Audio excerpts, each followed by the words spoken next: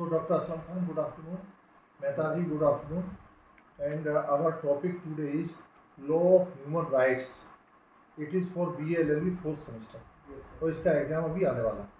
Doctor साहब, ये बहुत ही इम्पोर्टेंट पेपर है बच्चों के लिए। ह्यूमन राइट्स नहीं जानते तो LLB करना बेकार है। और ह्यूमन राइट्स के जो 5 यूनिट हैं आपने बनाए हैं, बहुत ही अच्छे बनाए हैं और इनमें बहुत सारी इंपॉर्टेंट चीज़ें हैं। बच्चे यदि करेंगे तो ये 60% मार्क्स ला सकते हैं इस वीडियो को सुन के और पढ़ के। वीडियो को सुने और क्या क्या पढ़ना है किताब से पढ़ें। तो यूनिट 1 में पहले है origin and development of human rights, कि इसका ओरिजिन क्या है और डेवलपमेंट कैसे हुआ। तो इसका जो ओरिजिन है, चले जाएं आप पीछे हमारे इतिहास में, तो कौटिल्य ने लिखी है किताब अर्थशास्त्र, उसमें इसका जिक्र पूरा मिलता है। इसके अलावा मैग्ना कार्टा 1215 में आया था वर्ल्ड लेवल पर। और तीसरा, भारत के लिए विशेषकर 1950 जब हमारा संविधान लागू हुआ, और उसके लिए बेसिस क्या है, यूएनओ का जो ह्यूमन राइट्स का चार्टर, जिसको बेसिस है। तो ये अब 3 चीज़ें पढ़ लेंगे आप। मैग्ना कार्टा पढ़ लें और कौटिल्या का थोड़ा रेफरेंस पढ़ लें, और 1950 में भारतवर्ष की जो 1948 का बेस है यूएनओ का, उसको पढ़ लें। तो ये origin and development of human rights हो जाता है। इसमें डेफिनेशन है बहुत सारी, और हिस्टोरिकल डेवलपमेंट, क्या क्या डेवलपमेंट हुई, किस किस तरह से आए। बच्चों को भी पॉइंट बना के कर लेंगे तो डॉक्टर साहब मैं समझता हूँ अच्छा हो जाए। इसमें थ्योरीज क्या है, डिफरेंट थ्योरीज ह्यूमन राइट्स की हैं, वो पढ़ेंगे तो पता चलेगा। इसी तरह classification of human rights in Indian tradition, हमारी जो ट्रेडिशंस हैं उनमें ह्यूमन राइट्स कहते किसी। ह्यूमन राइट का मतलब है कि हर इंसान डिग्निटी और प्राउड के साथ रहे। एक तो अपने महसूस करे डिग्निटी, और उसको महसूस करे प्राउड, क्या हम आम इंडियन। दूसरा, हमारी डिग्निटी है, और ये भारत के संविधान के प्रियम्बल में दिया हुआ है कि dignity of human rights, dignity of any human बहुत आवश्यक है। यदि कोई आदमी उसके पास सब कुछ है लेकिन डिग्निटी नहीं और वो गुलाम है, तो वो ह्यूमन राइट नहीं। आदमी के पास डिग्निटी होनी चाहिए। डिग्निटी का मतलब है सम्मान, आत्म सम्मान। तो ये ह्यूमन राइट्स है, और ये भारत के संविधान के प्रियम्बल में पूरी तरह से दिया हुआ है। ठीक है जी। तो ये यूनिट नंबर 1 हो जाती है। Unit number 2, United Nations and human rights. जो यूएनओ है, तो 1948 में ह्यूमन राइट्स की इसमें बैकग्राउंड है। 1948 में जो चार्टर आया 1948 में, जो उन्होंने लिए, उसमें 30 क्लॉजेज हैं। कितने? 30 हैं, और वो सारे ह्यूमन राइट्स के हैं, और वो हमारे देश में लगभग सभी को माना जाता है वैधानिक ढंग से, है ना। डिक्लेरेशन ऑफ ह्यूमन राइट्स की लीगल वैल्यू क्या है? ये डिक्लेरेशन ऑफ ह्यूमन राइट्स कब हुआ? 1948 में हुआ। ठीक है। Universal declaration of human rights article 1 से 30 तक, ये आर्टिकल माने उसी के आर्टिकल हैं यूएनओ के। ये उसी आर्टिकल की बात हो रही है, 130 तक ये हुए जो अभी हम बात कर रहे थे। तो उसमें universal declaration of human rights हुआ, है ना।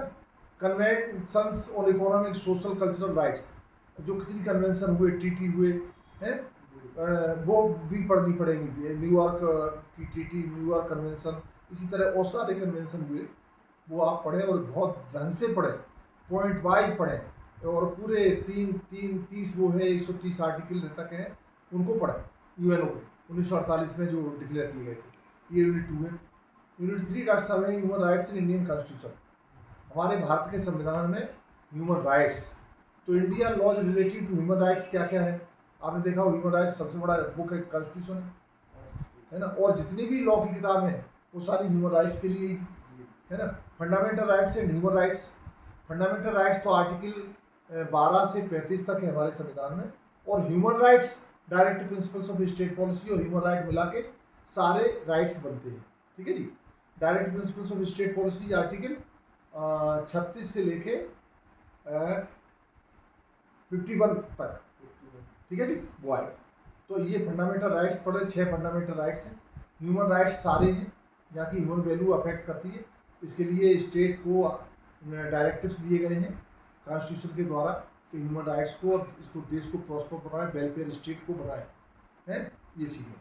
तो अब यूनिट 4 आती है protection of human rights act 1973। बहुत अच्छा एक्ट है ये, ह्यूमन राइट्स के प्रोटेक्शन का एक्ट है। नेशनल ह्यूमन राइट कमीशन बना हमारे देश में, इसीलिए बना के ताकि ह्यूमन राइट को प्रोटेक्ट किया जाए। आपने देखा वो सारे थानों पे बोर्ड लगे होते हैं कि ह्यूमन राइट्स को प्रोटेक्ट किया जाए, कोई भी किसी तरह का किसी के साथ अत्याचार न हो। हर विभाग में ह्यूमन राइट्स का चार्टर होता है। हर जगह आपका ह्यूमन राइट्स, सड़क पे चलते तो वहाँ भी ह्यूमन राइट्स का ध्यान रखना है, सब जगह। हाँ, इसको जब पढ़ेंगे तो पता चलेगा। तो इसलिए सारे बच्चों से मेरा कहना है कि यूनिट 4 को protection of human rights act 1993 की मुख्य मुख्य चीज़ें जरूर पढ़े। Human right commission, national right, ये NHRC ह्यूमन राइट कमीशन, इसका जो चेयरपर्सन होता है वो कोई भी चीफ जस्टिस ऑफ इंडिया पुराना होता है, रिटायर्ड है, और इसका हेडक्वार्टर दिल्ली में है। ठीक है।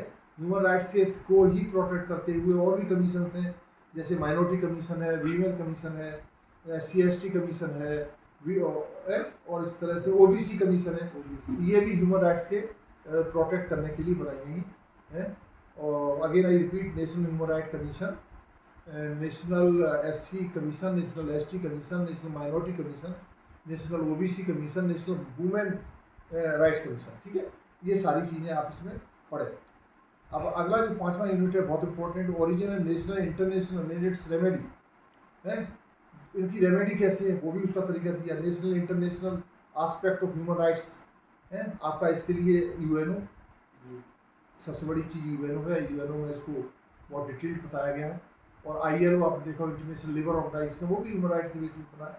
इसी तरह से जितने भी UNESCO है, इसी तरह से वर्ल्ड हेल्थ ऑर्गेनाइजेशन है, ये सारे ह्यूमन राइट्स को लेके बने हुए हैं और इनको सबको मिला के ह्यूमन राइट प्रोटेक्ट होते हैं। ह्यूमन राइट तभी होता है किसी व्यक्ति का जब उसको डिग्निटी मिले, सम्मान से वो रहे, और उसको 2 टाइम का सम्मान का खाना मिले, कपड़े पहनने को मिले, उसके जो मिनिमम राइट्स हैं वो पूरे हों। फंडामेंटल राइट्स उसी में से जो इम्पोर्टेंट है, जिसके बिना इंसान नहीं रह सकता। फंडामेंटल राइट्स को कोई भी गवर्नमेंट चैलेंज नहीं कर सकती, जबकि directive principles of state policy को कोर्ट के द्वारा भी नहीं लागू कराया जा सकता है जब तक कोई कोर्ट इस पर बहुत बड़ा जजमेंट नहीं दे। लेकिन ये कहने की बातें हैं, लेकिन इसको लागू होना चाहिए। अब इतने दिन हो गए, आज 75 साल हो गए, अभी तक अब ये कहते हैं कि directive principles of state policy are not challengeable. भाई कब तक रहेगा? एक आप अपना काम पूरा करो। आप संविधान के द्वारा चुन के आ रहे हैं, गवर्नमेंट बना रहे हैं, कब तक चलेंगे ये सारी चीज़ें? कब तक राजनीति करी जाएगी ह्यूमन राइट्स के पीछे? हमारे देश में आज भी 20 करोड़ लोग भूखे मर रहे हैं। Right to life, right to education, right to water, right to food, ये सारे क्या है?